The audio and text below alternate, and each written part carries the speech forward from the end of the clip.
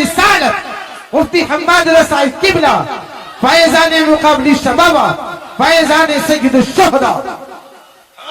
جب اصحاب کہف کا کتا بول سکتا ہے حسین کا گھوڑا کیوں نہیں بول سکتا؟ مرتجز نے کہا تھا آقا میں غلام ہوں تو آقا ہے، اور غلاموں کو اس طرح کے تانے نہیں دیے جاتے ہیں. حسین میں پیاس سے پریشان نہیں ہوں، کہا پھر چلتا کیوں نہیں؟ کیوں تو مرتجز نے کہا تھا حسین خیمے میں تیری زینب پیاسی ہے، ام رباب پیاسی ہے، شہربانو پیاسی ہے، میری پیاس تیرے اصغر سے زیادہ تو نہیں، میری پیاس تیری سکینہ سے زیادہ تو نہیں. مجھے پتا ہے اکبر پیاسا گیا ہے، مجھے پتا کہ اصغر پیاسا گیا ہے، مجھے پتا کہ اولو محمد پیاسے گئے ہیں، عباس کے بازو کٹ گئے ہیں. حسین میں پیاس کی وجہ سے نہیں رکا. کہا پھر چلتا کیوں نہیں؟ کہا بس ایک چیز نہیں بڑھنے دیتی. کہا کیا بات؟ کہا تم کہتے ہو چل تو تیرے خیمے کے اندر سے تیری 7 سال کی سکینہ ہے ہاتھ اٹھا کے کہتی ہے مرتجز میرے باپ کو لے کے نہ جانا، جو گیا کہ واپس نہیں آیا ہے. کہا کیوں؟ کہا ایک بار مجھے بابا کا منہ چومنا ہے. یار بیٹی بیٹی ہوا کرتی ہے. میرے حسین نے بیٹی کی طرف دیکھا. کہا سکینہ چاہتی کیا ہو؟ کہا بابا ایک بار نیچے اتر کے آ جا،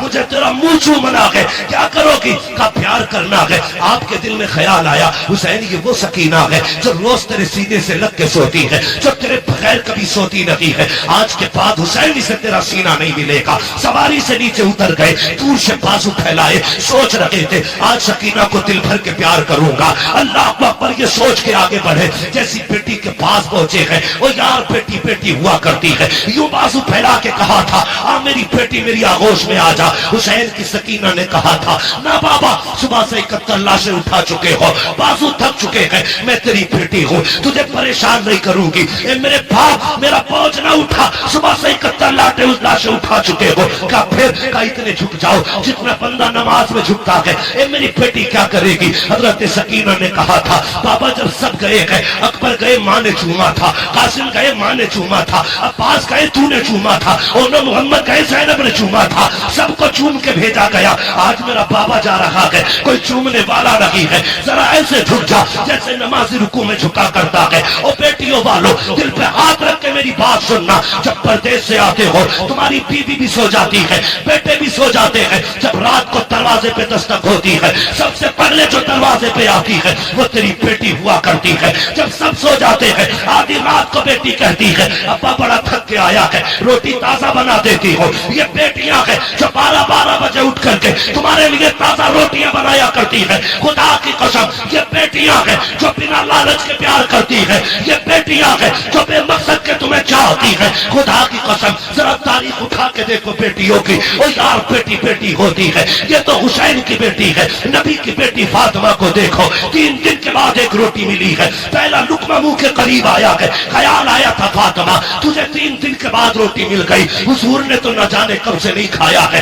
یہ سوچ کے لقمہ چھوٹ گیا، روٹی کو سنبھالا، حضور کی چوکھٹ پہ آ گئی. آقا اٹھ کے کھڑے ہو گئے، بیٹی کو اپنی جگہ پہ بٹھایا. فاطمہ کیسے آنا ہوا؟ کہ بابا آج 3 دن کے بعد روٹی ملی تھی، پہلا لقمہ آیا تھا، مجھے تیرا ایک خیال آ گیا اس لیے روٹی لے کے چلی آئی. میرے حضور کی آنکھیں برس جاتی ہے. بیٹی کا متھا چوما، کہتے تو نے 3 دن سے کچھ نہیں کھایا، تیرے باپ نے تو 7 دن سے کچھ نہیں کھایا ہے. اور یار بیٹیاں ہوتی ہے جو اپنے آگے کا اٹھا کے کھلا دیا کرتی ہے. یہ بیٹیاں ہوتی ہے. میں اس لیے کہتا ہوں رب سے بیٹے مانگو تمہاری مرضی ہے، لیکن رب سے بیٹیاں مانگا کرو. اور بھیک میں بیٹی مانگا کرو، چولی پھیلا کے بیٹیاں مانگا کرو، اس لیے کہ بیٹے نصیبوں سے ملتے ہیں، بیٹیاں خدا تعالیٰ دعاؤں سے دیا کرتا.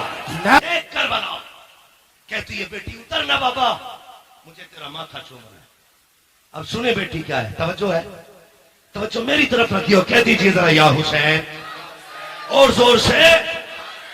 ہاں بیٹی کیا ہے، آپ نے کہا ذرا جھک جائیے اتنا جتنا نمازی نماز میں جھکتا ہے. ٹھیک ہے جی. میرا امام جھکا، ارباب ممبر کی دعائیں چاہیے.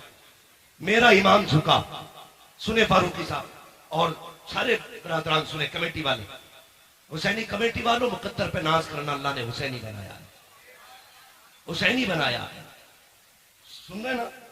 اللہ آپ کو سلامت رکھ کے آپ کی محنت قبول کرے اور یہ محفل قیامت کے دن ہمارے لیے ذریعہ نجات بن جائے.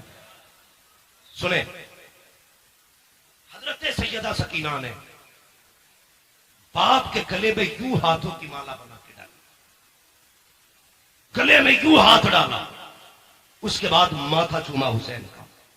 حسین خاموش ہے. سنیں توجہ ہے نا. ہاں.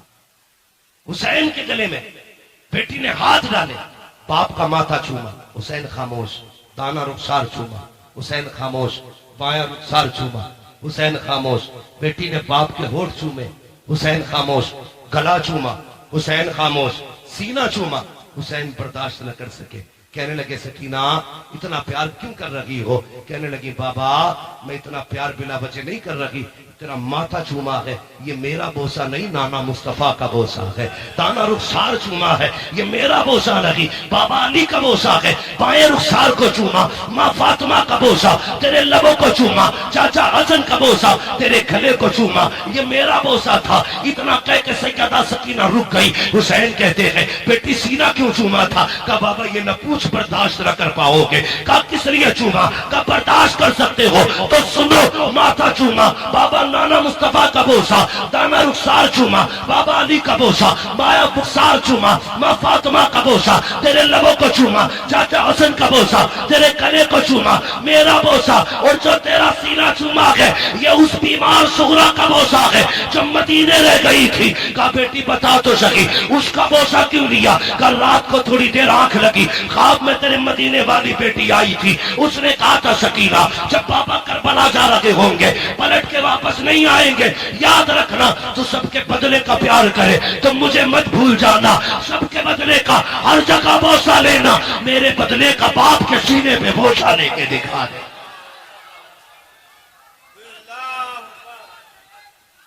بے شک حسینی کمیٹی نوجوانان محلہ مہشپورہ. بیٹی بیٹی ہوتی ہے. میرے حسین نے بیٹی کو الوداع کہا, سیدہ زینب کے حوالے کیا, لو یہ حسین کے گلے کا تعویذ ہے, اسے سنبھال کے رکھنا. کئی میدان کربلا میں اس بیچ میں وہ قاصد بھی آیا تھا جو مدینہ شریف سے حسین کی بیٹی کا پیغام لایا تھا. ٹھیک ہے, لیکن حضرت علامہ مولانا عمر صاحب نے کہا تھوڑا سا کربلا کے بعد کے حوالے سے بھی گفتگو کرنی ہے. توجہ ہے نا سارے لوگوں کی. حسین کربلا گئے اور جا کے آپ نے خطبہ ارشاد فرمایا. یزیدیوں نے کہا تھا خطبہ نہ سنا تو باتیں سر دو یا ہاتھ. کہنے لگے ہاتھ تو نہیں دیا جائے گا, اس لیے کہ یہ ہاتھ نانا مصطفیٰ کے ہاتھ میں جا چکا ہے. اب آجا سر لینا دکھا طاقت. 3 دن کا پیاسا ہے حسین, 3 دن کا بھوکا ہے حسین, 71 لاشیں اٹھا چکا ہے حسین. لیکن جب تلوار چلی ہے الگ شان تھی. سر پہ امامہ بھائی حسن کا تھا, کاندھے پہ چادر نانا مصطفیٰ کی تھی, ہاتھ میں تلوار مولا علی کی تھی.